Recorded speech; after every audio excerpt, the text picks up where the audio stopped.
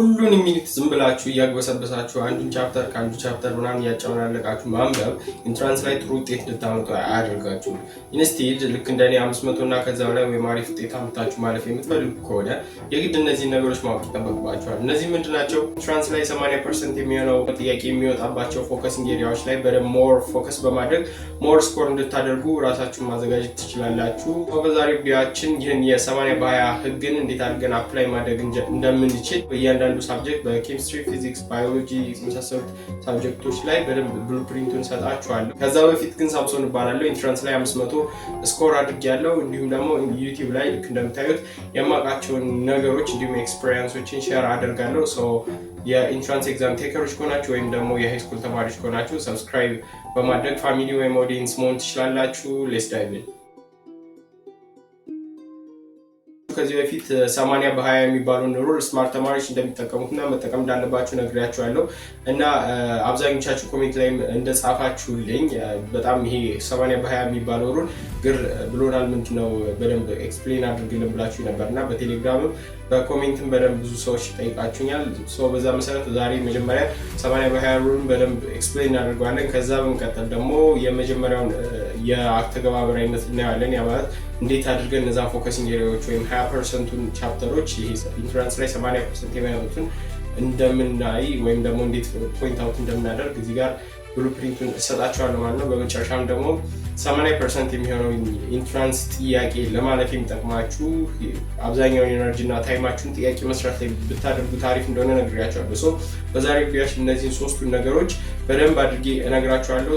ሜክ ሹር ቪዲዮ እስከ መጨረሻው መከታተላችሁ ነው። 80 በ20 የሚባለው ህግ እንዴት ነው የሚሰራው ካላችሁ የመጀመሪያው እንዴት መሰላችሁ? 80 አሁን እኛ ኦልሞስት 100% የሚሆን ኤነርጂ እና ታይም አለን ኢንቨስት የምናደርገው ወይም ኢንቨስትመንት እንበለው 100% ኢንቨስትመንታችን ላይ ኢንቨስትመንቱ ደግሞ ኤነርጂ እና ታይም ብያችኋለሁ። 100% ኢንቨስትመንታችን ላይ 80% የሚሆነውን ኢንቨስትመንት ጥያቄ መስራት ላይ መዋል አለብን። ይሄ የመጀመሪያው የ80 በ20 ህግ የሚሰራበት መንገድ ነው። ሁለተኛው የ80 በ20 ህግ የሚሰራበት መንገድ ደግሞ ኢንትራንስ ላይ 80% የሚሆኑ ጥያቄዎች የሚወጡት ፎከሲንግ ኤሪያ ከሚባሉ ጥቂት ቻፕተሮች ነው አብዛኛው ጥያቄ የሚወጣው እና እነዛ ፎከሲንግ ቻፕተሮች ላይ በደንብ ፎከስ በማድረግ ራሳችን ለኢንትራንስ በደንብ ፕሪፔር እናደርጋለን። የቀረውን ኢነርጂያችን ደግሞ በሌሎች ስፕሪድ አድርገን ሙሉ ለሙሉ ፕሪፔር ማድረግ እንድንችል ይረዳናል በሚል አይነት ሀሳብ ነው የመጣው ይሄ 80 በ20 የሚባለው ሩል እና ይሄን አፕላይ ካደረጋችሁ እናንተም ኢንትራንስ ላይ አሪፍ ስኮር እንድታደርጉ ይረዳችኋል። ባጭሩ 80 በ20 ሩል የሚባለው ይሄ ነው። አይ ሆፕ 80 በ20 የሚባለው ሩል ላይ ክሊር የሆነ አንደርስታንዲንግ እንደያዛችሁ። አሁን ቀጣይ የምንሄደው ወደ ምንድን ነው ከኬሚስትሪ ጀምረን ወደ ባዮሎጂ ከዛ ፊዚክስ ማቴማቲክስ እያለን እያንዳንዱን ቻፕተሮች እያንዳንዱን ፎከሲንግ ኤሪያዎች ከእያንዳንዱ ሳብጀክቶች ፖይንት አውት አድርጌ ምን ያክል እንትን እንደሚሆኑ በስኬል ነግራችኋለሁ። ስኬላችን የሚሆነው ደግሞ እዚህ ጋር የመጀመሪያው የሚሆነው ኢምፖርታንሱ ነው። አንድ ቻፕተር ምን ያክል ኢምፖርታንስ ነው፣ ምን ያክል ጥያቄ ይወጣበታል የሚለውን ስኬል እናደርጋለን። ሁለተኛ ስኬላችን የሚሆነው ደግሞ አርጀንሲ ወይም ደግሞ አሁን ማንበብ ያለብን ወይስ መፋጠን የለበትም ቀስ ብለን ማንበብ የምንችላቸው ናቸው የሚለውን በአርጀንሲ ስኬል እናደርጓለን። ሶስተኛ ደግሞ ዲፊካልቲውን በደንብ እናያለን። እሱ ከራሳችን ያጠናን ስልት ይወስነዋል። ዲፊካልቲ የሆኑትን መጀመሪያ እናጠናለን ወይም ደግሞ ኢዚ የሆኑትን መጀመሪያ እናጠናለን። እሱ የራሳችን ምርጫ ነው የሚሆነው፣ እንደ ራሳችን ፐርሶናሊቲ ሊለያይ ስለሚችል በእነዚህ ሶስት ስኬሎች ማለትም በኢምፖርታንስ፣ በአርጀንሲ እንዲሁም ደግሞ በዲፊካልቲ ስኬል እናደርጋቸዋለን። እነዚህም ፎከሲንግ ኤሪያዎች ያልኳቸውን ቻፕተሮች በእያንዳንዱ ሳብጀክቶች ገብተን እናያለን ማለት ነው። የመጀመሪያው የሚሆነው ኬሚስትሪ ነው። ኦልራይት ኬሚስትሪ ላይ ስንመጣ ወደ 8 የሚደርሱ ፎከሲንግ ቻፕተሮችን አውጥቼላችኋለሁ። እነዛን ደግሞ አሁን ባልኳቸው ስኬሎች ሜጀር እናደርጋቸዋለን ማለት ነው። የመጀመሪያው የሚሆነው አቶሚክ ስትራክቸር ኤንድ ፔሪዮዲክ ቴብል የሚለው ይሆናል ማለት ነው። አቶሚክ ስትራክቸር ኤንድ ፔሪዮዲክ ቴብል የሚለው ሪፒትድ ነው 9ኛ ክፍል እንዲሁም በአዲሱ 11ኛ ክፍል ላይ ተደጋግሞ ዩኒቷን ላይ መጥቷል ማለት ነው። ይሄ ሪፒትድ ነው ኤንድ ደግሞ ምን አለ በየአመቱ ከ4 እስከ 10 የሚደርሱ ጥያቄዎችን ይመጣባቸዋል ማለት ነው ኢንትራንስ ላይ። ይሄ በጣም ከ4 እስከ 10 ጥያቄዎች በየአመቱ መጣበት ማለት ደግሞ ወደ ምን ይወስደዋል? ይሄን ነገር ኢምፖርታንት ወደሚለው ካቴጎሪ እንድናስገባው ያደርጋል ማለት ነው። ሁለተኛ ደግሞ እነዚህ አቶሚክ ስትራክቸር የሚባሉት ነገሮች ቤዚክ ኮንሴፕት ናቸው። ኬሚካል ቦንዲንግ ለመርዳት ወይም ሌሎች ቻፕተሮች ላይ ዲፕ የሆነ አንደርስታንዲንግ እንዲኖራችሁ መጀመሪያ የሚያስፈልገን ይህ አቶሚክ ስትራክቸር የሚለው ቻፕተርን በደንብ መረዳት ያስፈልገናል ማለት ነው። ሶ ይሄንም በዛ ምክንያት አርጀንት አድርገናል። ቶሎ ይሄን ካልተረዳን ሌሎችን ቻፕተሮች እንዳንረዳ የሆነ ኮንስትሬንት ስለሚሆንብን ቀድመን እንደዛ እናደርጋለን ማለት ነው። እና ሚዲየም የሆነ ዲፊካልቲ ነው ያለው። ያን ያክል አስቸጋሪ አይደለም። ስትራግል አታደርጉበትም። ስለዚህ ሚዲየም ላይ እናስቀምጠዋለን ማለት ነው። ሁለተኛው ደግሞ ኬሚካል ቦንዲንግ ነው። ይህ ኬሚካል ቦንዲንግ የሚለው ደግሞ በየአመቱ ከኢንትራንስ ላይ ከ7 እስከ 10 የሚደርሱ ጥያቄዎች ይወጣባቸዋል። እንግዲህ ካለፉት 1-3-4 ዓመታት የኢንትራንስ ጥያቄዎች አንጻር አውጥተን ባለን መረጃ መሰረት ነው ይሄን የምነግራችሁ። ከ7 እስከ 10 ጥያቄዎች አይጠፉበትም ይሄ ኬሚካል ቦንዲንግ የሚባለው ቻፕተር። እንዲሁም ደግሞ በውስጡ ምን ይይዛል? ኢምፖርታንስ ነው በጣም። ይህ ማለት እንግዲህ ከ7 እስከ 10 ጥያቄ ወጣበት ማለት በጣም አስፈላጊ ነው። ያ ፕሪፔር እንድታደርጉ በጣም እንደሚያስፈልጋችሁ ያሳያል ማለት ነው። ይሄ ከ7 እስከ 10 የሚወጡት የጥያቄ ብዛቶች። እንዲሁም ደግሞ ያን ያክል አርጀንት ላይሆን ይችላል፣ ግን ሚዲየም አርጀንት ላይ ሚዲየም ሌቭል ላይ እናስቀምጠዋለን። ያን ያክል ለሌሎች ቤዝ ላይሆን ይችላል፣ ነገር ግን ራሱ ብዙ ጊዜ መደጋገም ሊፈልግ ስለሚችል በአንድ ጊዜ ማንበባችሁ ላይገባችሁ ስለሚችል ኬሚካል ቦንዲንግን ሚዲየም አርጀንት ላይ እናስቀምጠዋለን። እንዲሁም ደግሞ ዲፊካልቲውን ስናይ በጣም ዲፊካልት ነው። ሶ ቬሪ ዲፊካልት የሚለው ጋር እናስቀምጠዋለን ማለት ነው። ሶስተኛው ቻፕተር ደግሞ ኬሚካል ሪያክሽን ኤንድ ስቶኪዮሜትሪ የሚለው ነው። ይሄ ብዙ ጊዜ አልተደጋገመም፣ ሪፒትድ አይደለም። ነገር ግን ኢንትራንስ ላይ በየአመቱ ቢያንስ በአቬሬጅ ከ4 እስከ 10 የሚደርሱ ጥያቄዎች ይወጡበታል። ይሄ ሞር ፎከሲንግ ኤሪያ ልንለው እንችላለን። ምንም አይነት ጥያቄ የማይቀርበት ሞዴልም ላይ ሊሆን ይችላል፣ ኢንትራንስ ኤግዛሚኔሽን ላይ፣ ፋይናልም ላይ ሊሆን ይችላል። ምንም አይነት ጥያቄ የማይቀርበት ቻፕተር ነው። በቃ ኬሚስትሪ ሲነሳ ስቶኪዮሜትሪ አብሮ የሚሄዱ ነገር ናቸው፣ የማይነጣጠሉ ነገሮች ናቸው እና ሞር ፎከሲንግ ኤሪያ ብለን ልንወደው እንችላለን። እንዲሁም በጣም ኢምፖርታንት ነው ከዚህ ከጥያቄ ከመውጣቱ እንዲሁም ደግሞ ሞር ፎከሲንግ ኤሪያ ከመሆኑ አንጻር በጣም ኢምፖርታንት ብለን ሪፕሬዘንት እናደርገዋለን። እንዲሁም ደግሞ አርጀንሲው ያን ያክል አርጀንት ላይሆን ይችላል፣ ነገር ግን ቀድማችሁ ብታነቡት ችግር የለውም። ዲፊካልቲው ላይ ስንመጣ ደግሞ ያን ያክል በጣም ዲፊካልት ላይሆን ይችላል፣ ግን በጥቂቱም ቢሆን ዲፊካልት ነው። ምክንያቱም የተለያዩ ኮንሴፕቶችን በውስጡ ይዟል። ዲፊካልት ሲሆን ዲፊካልት ብለን መድበኗል ማለት ነው። አራተኛው ደግሞ አሲድ ኤንድ ቤዝ ነው የሚለው።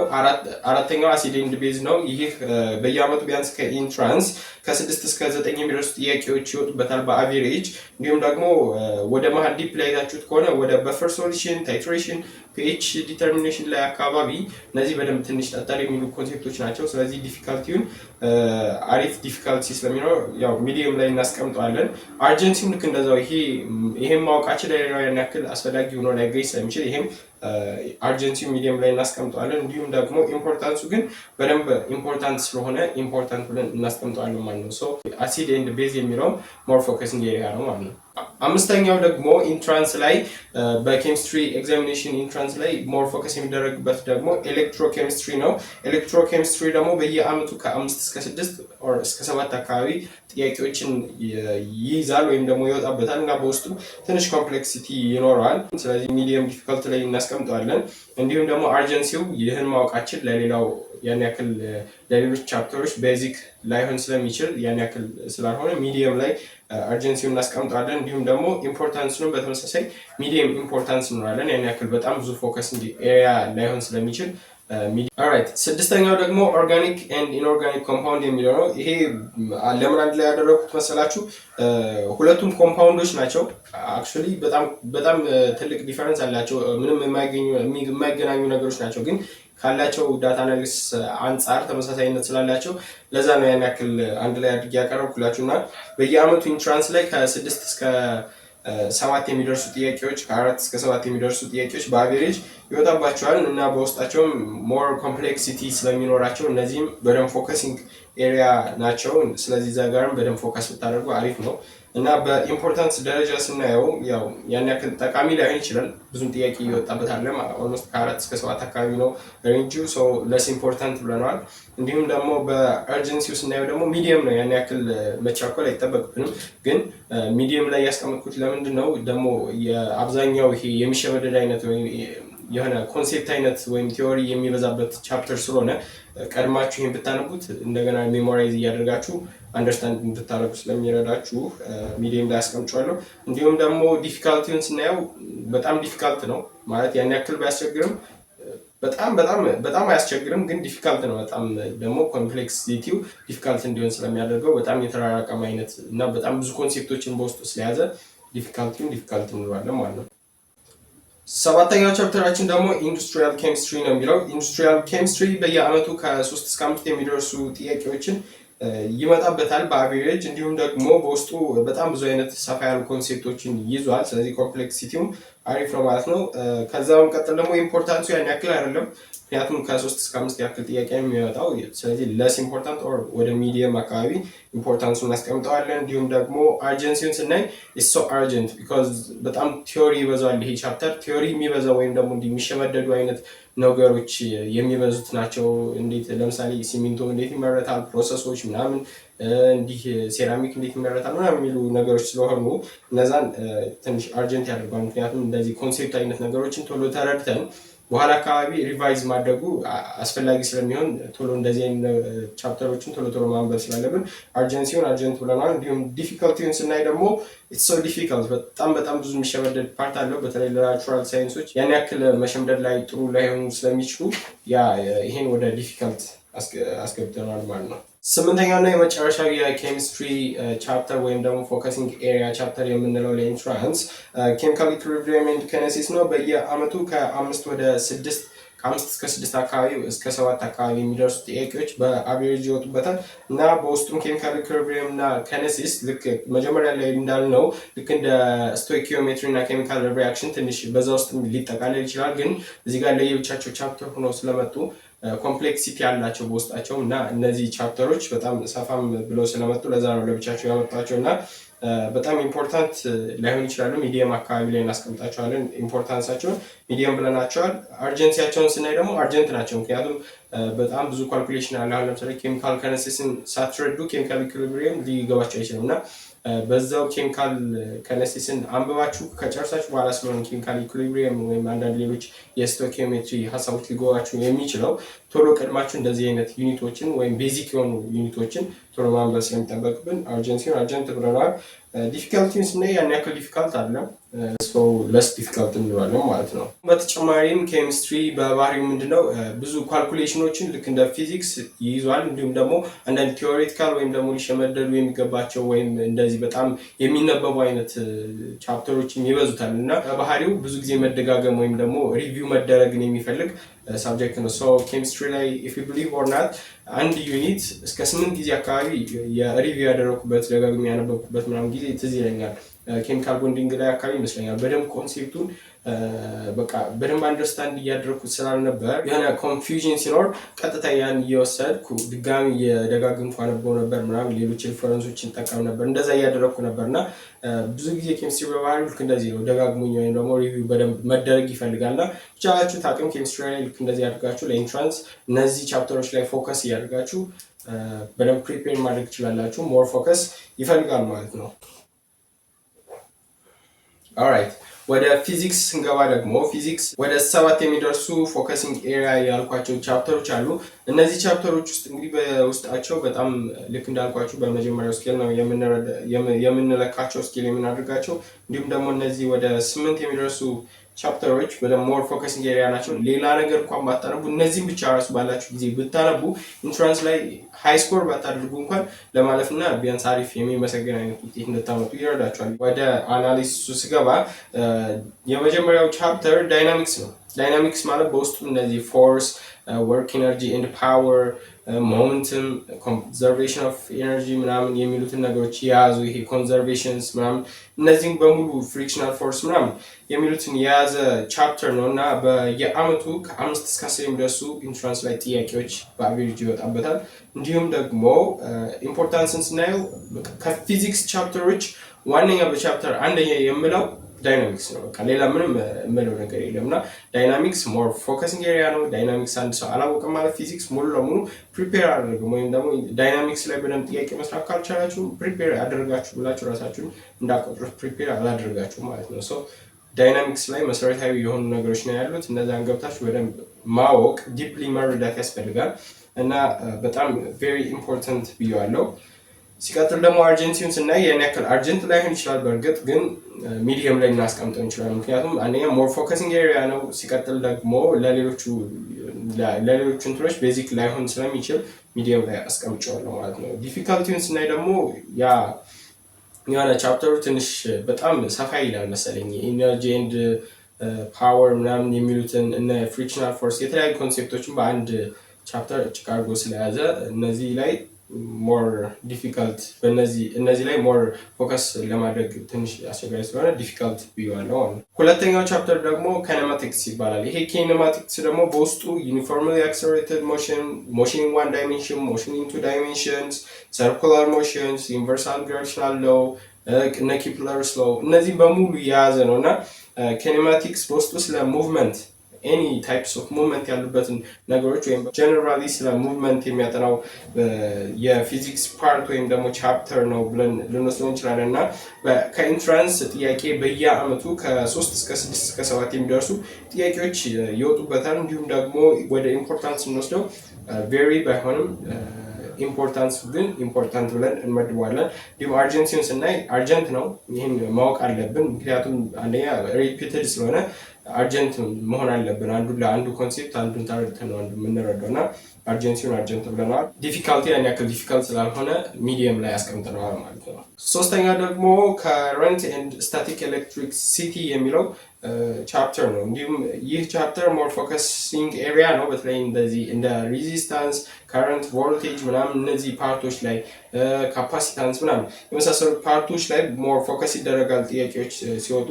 እንዲሁም ደግሞ በየአመቱ ኢንትራንስ ላይ ከ3 እስከ 5 የሚደርሱ ጥያቄዎች ይወጣሉ። እንዲሁም ደግሞ ወደ ኢምፖርታንሱ ስንሄድ ሚዲየም ላይ እናስቀምጠዋለን ኢምፖርታንሱ፣ ምክንያቱም በጣም ብዙ ጥያቄ የማይወጣበትም ደግሞ ሁልጊዜም ደግሞ የሚተዋ አይነትም ሳብጀክት ስላልሆነ ሚዲየም ላይ እናስቀምጠዋለን። ሲቀጥል ደግሞ አርጀንቲን ስናይ ደግሞ ሞር አርጀንት ነው ቤዚክስ ስለሆነ ለሌሎቹ ቻፕተሮች ቤዚክስ የሆነ ሀሳብ ስላለው ሞር አርጀንት ነው። ኤንድ በዲፊካልቲው ስናየው ደግሞ ሚዲየም ላይ እናስቀምጠዋለን ማለት ነው። አራተኛው ሳብጀክት ደግሞ ኤሌክትሮማግኔቲዝም ይላል። ኤሌክትሮማግኔቲዝም ሞር ፎከሲንግ ኤሪያ ነው ለፊዚክስ ኤንድ በየአመቱ ከ4 እስከ 5 የሚደርሱ ጥያቄዎች ይወጣበታል።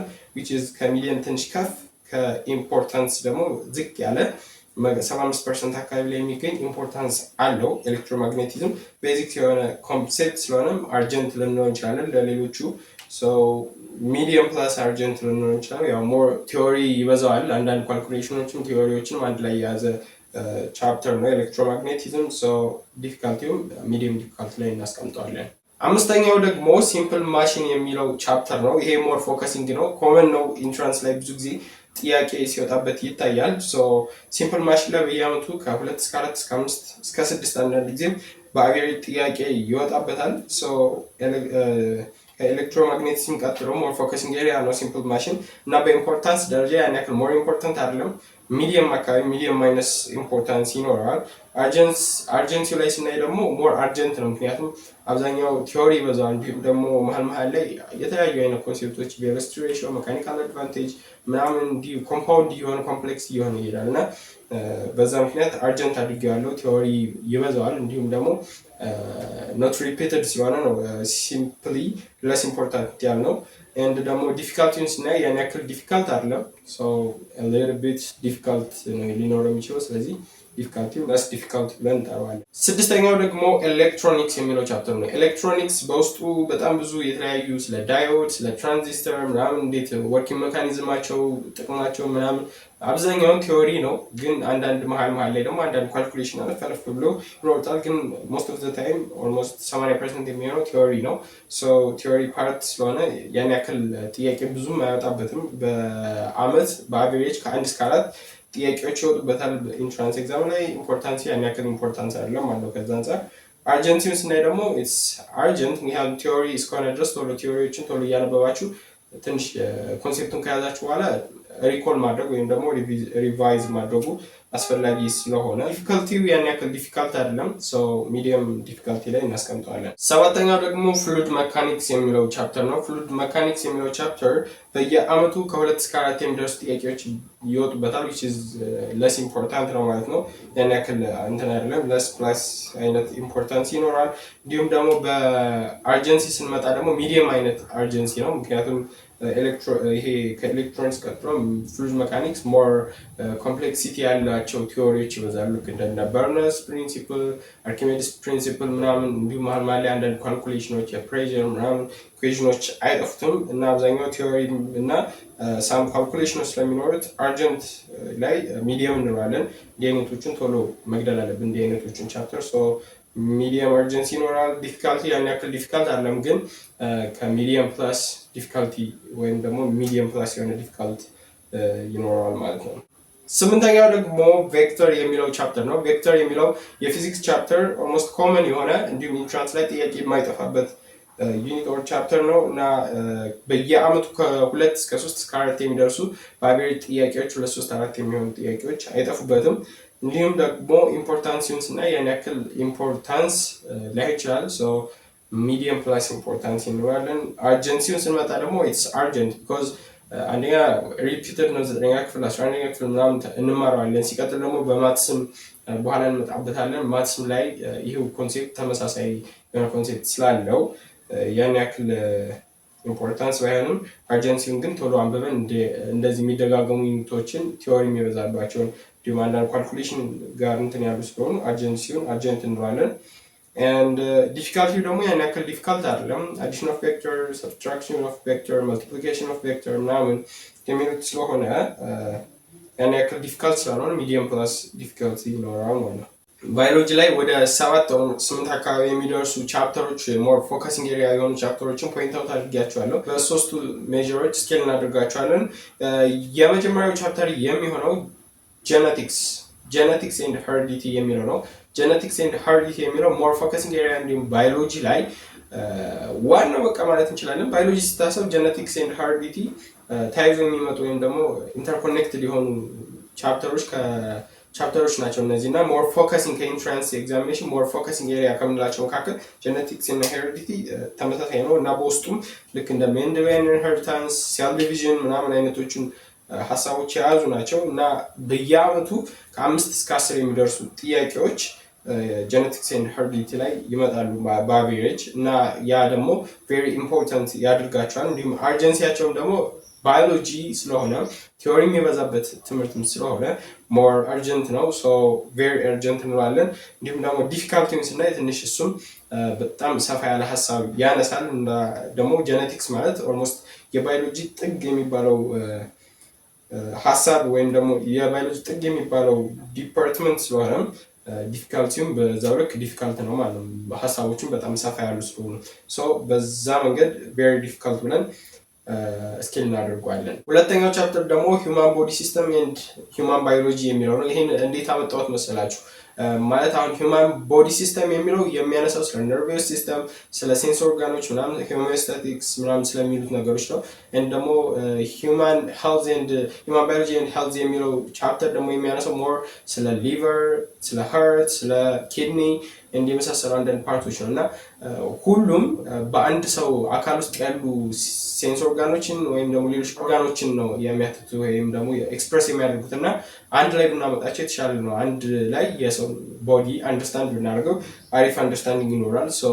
ከዛ አንጻር ስኬላቸውም ትንሽ ተቀራራቢ ስለሆነ አናላይሲሱን ስንሰራው ከ8 እስከ 12 የሚሆኑ ጥያቄዎች በየአመቱ ይመጣል which is very important ያደርጋቸዋል ማለት ነው።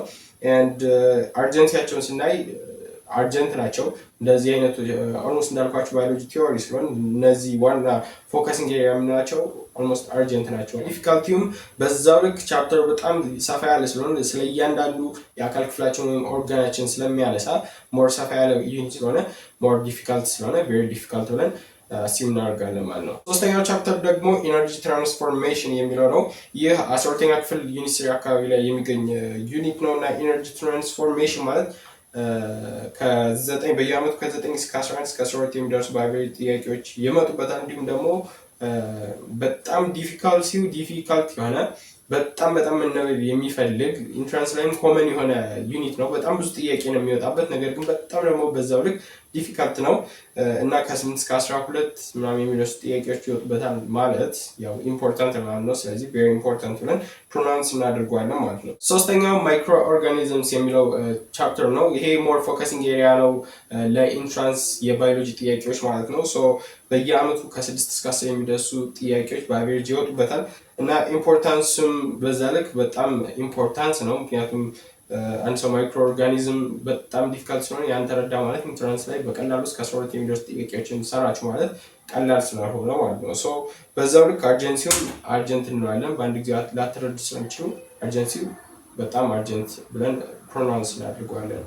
እንዲሁም ሲቀጥል ደግሞ ዲፊካልቲውን ስናይ ኢትስ ቬሪ ዲፊካልት በጣም ብዙ መሸምደድ የሚፈልጉ በጣም ብዙ ሜሞራይዜሽን የሚፈልጉ አንደርስታንዲንግ ብቻ የማይመክታቸው አይነት ሰብቶፒኮች አሉና እነዛ አካባቢ ላይ እነዛ ፖርሽኖች ላይ ሞር ዲፊካልት ብለን ፕሮናውንስ እናድርገዋለን። ሶስተኛው ዩኒት ደግሞ ኢንዛይም ነው። ኢንዛይም ከ7 እስከ 10 የሚደርሱ ጥያቄዎች ይወጡበታል which is very important ነው ማለት ነው። ኤንድ በውስጡም ምን ይይዛል ካላችሁ ስለ ኢንዛይሞች ነው ሞር የሚያወራው ራሱ ኢንዛይም የሚለው ዩኒት። ሌላ ብዙም የተደበላለቀ ሀሳብ የለውም። ስለ ፕሮፐርቲያቸው፣ ስለ ፋንክሽናቸው፣ እንዴት ሬጉሌት እንደሚደረጉ እነዛን ስፔሻሊ እንዴት ስፔሻላይዝድ የሆኑ ኢንዛይሞች እንዳሉ ምናምን ያሳያል እና ይሄ ኢምፖርታንት ነው። አርጀንሲው ያን ያክል ላይሆን ይችላል። ስለዚህ ሊትል ቢት አርጀንት ነው ሚዲየም አካባቢ የሚሆን ዲፊካልቲውም ያን ያክል ዲፊካልት አይደለም፣ ግን ሜሞራይዜሽን ስለሚፈልግ ሚዲየም ዲፊካልቲ ላይ እናስቀምጣለን ማለት ነው። ስድስተኛው ቻፕተር ደግሞ ሴል ባዮሎጂ። ሴል ባዮሎጂ የሚለው ስለ ሴል ኮምፖኔንቶች፣ ስለ ሴል አንዳንድ ነገሮችን የሚገልጽ ቻፕተር ነው እና እዚህ ቻፕተር ላይ ከሴል ዲቪዥን በጣም ኮምፕሊትሊ ያን አንድ ላይ አድርጌ መርጅ ላድርጋቸው አስቤ ነበር፣ ግን ኮምፕሊትሊ በጣም የተራራቁ ኮንሴፕት ስላላቸው ነው ለብቻ ያመጣሁት። ኮምፖኔንቶቹን ነው ስለ ሴል ኮምፖኔንቶች፣ ስለ ሴል አንዳንድ ቲዎሪዎች እንዲሁም ደግሞ ሴል ፓርታቸው እነዛ ኮምፖኔንቶቹ ሞር ዲፊኒሽናቸውን ስለሆነ የሚናገረው ለየብቻው አምጥቼዋለሁ። በየአመቱ ኢንትራንስ ላይ ከ6 እስከ 10 የሚደርሱ ጥያቄዎች ይወጡበታል which is very important ያደርጓል። አርጀንሲውም ልክ እንደዛው አርጀንት ነው። ሞር ይሄን ብታውቁ ሌሎቹ ቤዚክ የሆነ አንደርስታንዲንግ እንዲኖራችሁ ስለሚያደርግ፣ እንዲሁም ደግሞ ዲፊካልቲውን ስናይ በዛው ልክ ሚዲየም የሆነ ዲፊካልቲ ይኖራል ማለት ነው። ሰባተኛው ደግሞ ኢቮሉሽን የሚለው ቻፕተር ነው። ይሄ ሞር ፎከሲንግ ኤሪያ ነው ለኢንትራንስ። ሞር ጥያቄዎች ይወጣበታል በየአመቱ ከኢንትራንስ ላይ 6 እስከ 10 የሚደርሱ በአቨሬጅ ጥያቄዎች ይወጡበታል። ያ ማለት ኢምፖርታንት ነው ማለት ነው። ደግሞ አርጀንሲው ያን ያክል ሚዲየም ላይ ነው። አርጀንት ልታደርጉ ትችላላችሁ። ኦፍኮርስ አርጀንት ነው፣ ሞር መነበብ ያለበት ቻፕተር ነው፣ ግን ሚዲየም ላይ አድርገዋለሁ። ለምን ካላችሁኝ እስካሁን ይህን ቪዲዮ በመለቅበት ጊዜ ተምራችሁት ላይሆን ይችላል፣ እዛ ቻፕተር ደርሳችሁበት ላይሆን ይችላል እና ካላችሁ ልምድ አንጻር የማታውቁትን አዲስ ዩኒት አንብቦ የመርዳት አቅም ካላችሁ አርጀንት ላይ ብታስገቡት አሪፍ ነው። ግን መምህሩ ጋር እኩል የሚሄድ እንትን ካላችሁ 12ኛ ክፍል ስትማሩ እንደዛ መምህሩ ጋር ያስተማራችሁ እኩል እያነበባችሁ ስትሄዱ የሚገባችሁ አይነት ከሆነ ደግሞ ሚዲየም ላይ ያስቀምጣችሁ በኋላ አካባቢ መማር ሲጀምሩ በደንብ ስለሱ ስተዲ ማድረግ ወይም ደግሞ ማንበብ ትችላላችሁ ማለት ነው። ወደ ማትስ እንግባ። ይሄ ለሶሻሎችም ለናቹራሎችም ሞር ፎከስ አድርጋችሁ ብታዳምጡኝ አሪፍ ነው ብዬ አስባለሁ።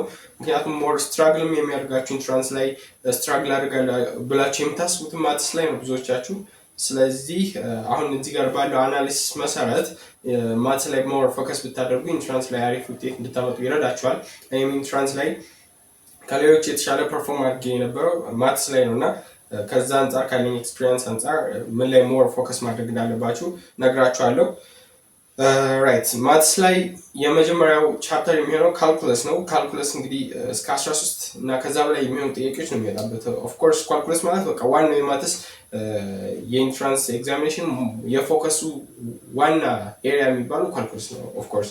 እና ካልኩለስ ላይ ከ13 በላይ ጥያቄዎች ይወጡበታል በየአመቱ እና ብዙ ጊዜ አይታችሁ ከሆነ ውስጡ በጣም ሰፋ ያለ ነው።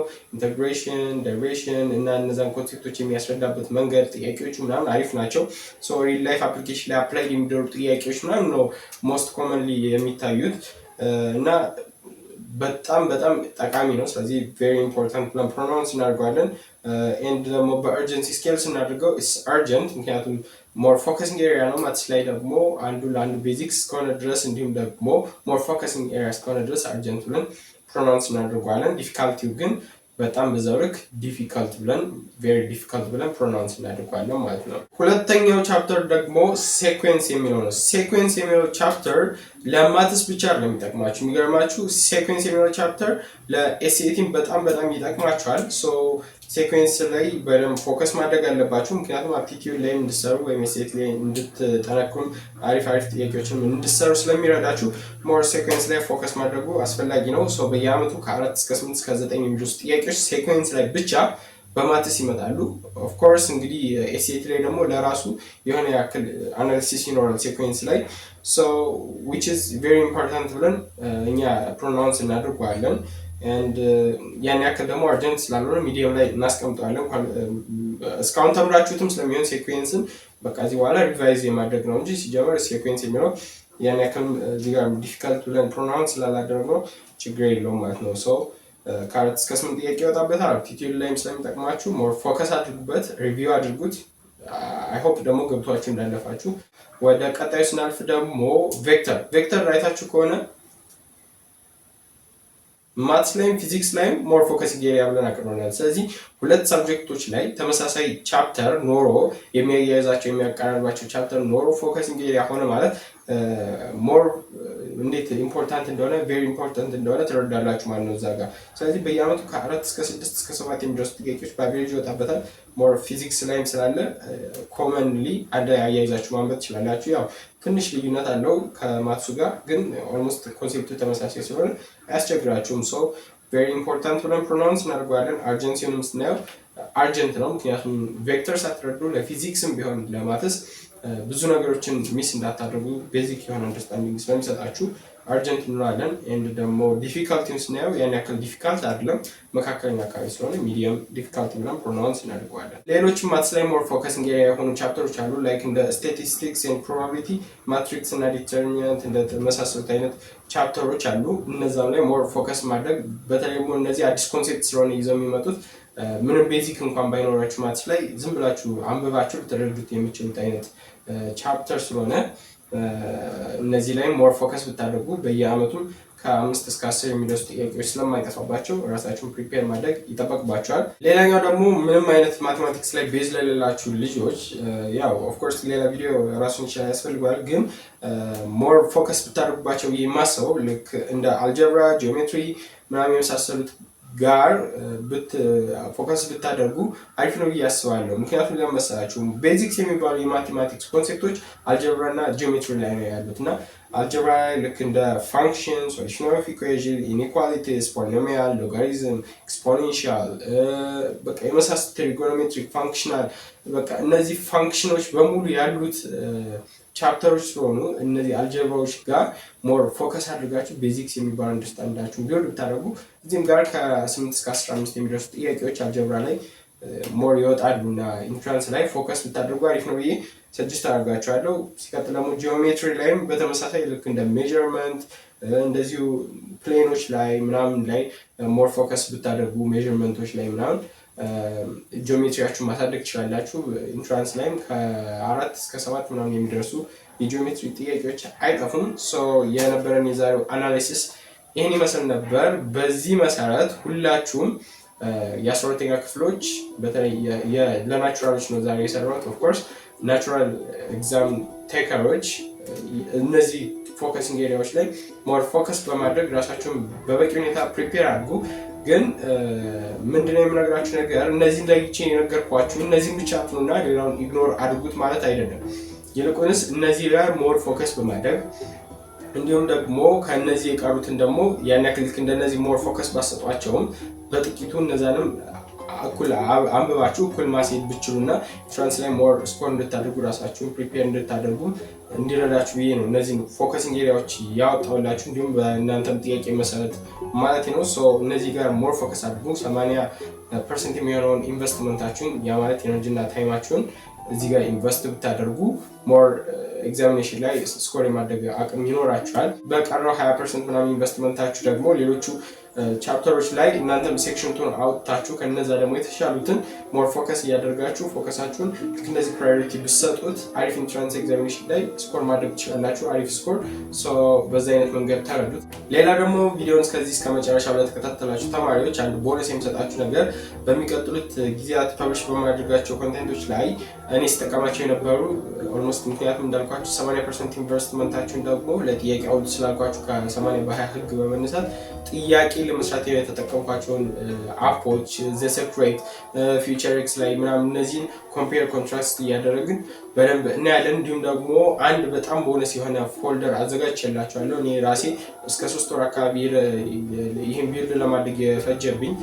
በጣም ጠቃሚ የሆነ ፎልደር አለ። በውስጡ በዩኒት የተከፋፈሉ ጥያቄዎች በጣም ጠቃሚ የሆኑ የየአመቱ የኢንትራንስ ጥያቄዎችን አንድ ላይ ኮምፓክት አድርጎ የያዘ በየሳብጀክቱ የተለያዩ በየሳብጀክቱ በዩኒቱ ዲፕሊ ገብቶ በእያንዳንዱ ስፔሲፊካሊ ጥያቄ የያዘ ፎልደር ነው። በውስጡ በጣም ብዙ ለእንግሊሽ፣ ለኤስኤቲ፣ ለፊዚክስ፣ ኬሚስትሪ፣ ባዮሎጂ ለሁሉም የሚሆኑ ለማቴማቲክስ ጭምር የሚሆኑ ጥያቄዎችን በውስጡ የያዘ ምርጥ ፎልደር አዘጋጅቼላችኋለሁ። ይህም ፎልደር እኔም ኢንትራንስ ኤግዛሚኔሽን ፕሪፔር ሳደርግ እስከ 3 ወር የሚሆን ጊዜ ፈጅቼ ከተለያዩ ሶርሶች ራሴ ኮንሱም እያደረጉ ሶርሶቹ ላይ እነዛን ሰብስቤ ያዘጋጀው ፎልደር ነው። ያን ፎልደር አሴ ጊፍት ልሰጣችሁ ስለፈለኩ እና ይህም ፎልደር በቴሌግራም ቻኔል ላይ አስቀምጥላችኋለሁ። ግን ያን የማደርገው የሚቀጥለውን ኮንቴንት ወይም ደግሞ እኔ የተጠቀምኳቸውን ማቴሪያሎች ሼር ለማድረግ በምሰራው ኮንቴንት ላይ በመለቅበት እለት ያን አብሬ ፐብሊሽ የማድረግላችሁ ይሆናል ቴሌግራም ቻኔል ላይ። ስለዚህ ስቴይ አፕዴት መሆናችሁ እንዳትረሱ። እንዲሁም እዚህ ጋር ያለችውን ፓስወርድ ያዟት፣ ምክንያቱም ያን ዚፕ ፋይል አድርጌ ስለሆነ ቴሌግራም ቻናል ላይ የምጭንላችሁ ያን ዚፕ ፋይል ደግሞ ዚፕ ስታደርጉ ፓስወርድ ሊጠይቃችሁ ስለሚችል እዚህ ጋር ማስቀምጥላችሁን ፓስወርድ አሁን ያዙት። ምክንያቱም አሁን ካልያዛችሁት መልሳችሁ ድጋሚ ይሄን ቪዲዮ ማየት ይጠበቅባችኋል ያን አንዚፕ ለማድረግ። ስለዚህ እንደዛ በማድረግ ይችን ሴቭ ማድረጋችሁን እንዳትረሱ ኦር ስክሪንሾት አድርጉት። የዛሬ ቪዲዮአችን ይሄን ይመስል ነበር። ለኢንትራንስ ኤግዛም ቴከሮች ሁልጊዜም ቢሆን ጥራት ያላቸውን ቪዲዮዎች እና ኮንቴንቶች ጠቃሚ የሆኑ መረጃዎች ሼር ስለማድረጋችሁ ይህን ቻናል ሰብስክራይብ ማድረጋችሁን እንዳትረሱ። and make sure stay updated መሆናችሁን በሌላ ኮንቴንት እስከምንገናኝ